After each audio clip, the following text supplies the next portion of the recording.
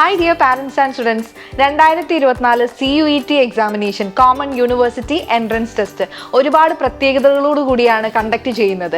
ഇതിനെക്കുറിച്ചിട്ടുള്ള ഒരുപാട് അപ്ഡേറ്റ്സുകൾ നേരത്തെ വന്നിട്ടുണ്ടായിരുന്നു, ഒരുപാട് കൺഫ്യൂഷൻസ് ഉണ്ടായിരുന്നു.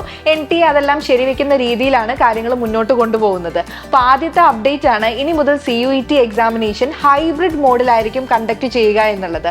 ഹൈബ്രിഡ് മോഡ് എന്ന് പറയുന്ന സമയത്ത് ഓൺലൈനായും ഓഫ്ലൈനായും എക്സാമിനേഷൻസ് നടക്കുന്നുണ്ടായിരിക്കും. ഓൺലൈൻ ആവുന്ന സമയത്ത് കമ്പ്യൂട്ടർ ബേസ്ഡ് ടെസ്റ്റായി കണ്ടക്ട് ചെയ്യുകയും ഓഫ്ലൈൻ ആവുന്ന സമയത്ത് OMR ഷീറ്റ് വഴിയായിരിക്കും എക്സാമിനേഷൻസ് കണ്ടക്ട് ചെയ്യുന്നുണ്ടായിരിക്കുക.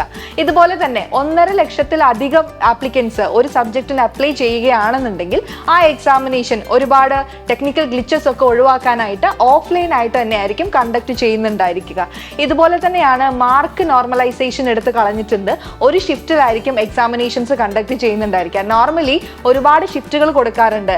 ഫോർ എക്സാമ്പിൾ, ഒരു ആപ്ലിക്കൻറ്റിന് രാവിലെയാണ് എക്സാമിനേഷൻ എന്ന് വെച്ച് കഴിഞ്ഞാൽ വേറൊരു ആപ്ലിക്കൻറ്റിന് വേറൊരു ദിവസം വൈകിട്ടായിരിക്കും എക്സാമിനേഷൻ.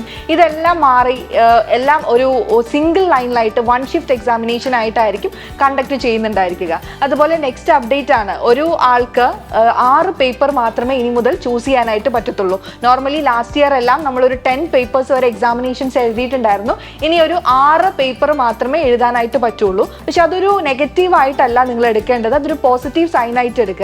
കാരണം ഏതെങ്കിലും ഒക്കെ യൂണിവേഴ്സിറ്റീസിൽ നിങ്ങൾക്ക് BA BCom അല്ലെങ്കിൽ BBA BVoc ഏതെങ്കിലും ഒരു സബ്ജക്ട് എടുക്കുന്ന സമയത്ത് അവർ സ്പെസിഫൈ ചെയ്യുന്ന അത്രയും ടോപ്പിക്സ് മാത്രം എക്സാമിനേഷൻ എഴുതിയാൽ മാത്രം മതി എന്നുള്ളതാണ് ഇതിനകത്തുള്ള അഡ്വാൻറ്റേജ് എന്ന് പറയുന്നത്. ഇനി ഇത് കൂടാതെ നെക്സ്റ്റ് വരുന്ന അപ്ഡേറ്റ് ആണ് ഈ വരുന്ന ഫെബ്രുവരി ലാസ്റ്റിലായിരിക്കും എക്സാമിനേഷൻസിനുള്ള നോട്ടിഫിക്കേഷൻസ് രജിസ്ട്രേഷൻസ് സ്റ്റാർട്ട് ചെയ്യുന്നുണ്ടായിരിക്കുക. May 15th മുതൽ May 31st വരെയാണ് എക്സാമിനേഷൻസ് കണ്ടക്ട് ചെയ്യുന്നത്. ഇത് കൂടാതെ വന്നിട്ടുള്ള അപ്ഡേറ്റ്സ് ആണ് ജാമിയ യൂണിവേഴ്സിറ്റിയിൽ രജിസ്ട്രേഷൻ ഓപ്പൺ ആയിട്ടുണ്ട് എന്നുള്ളത്.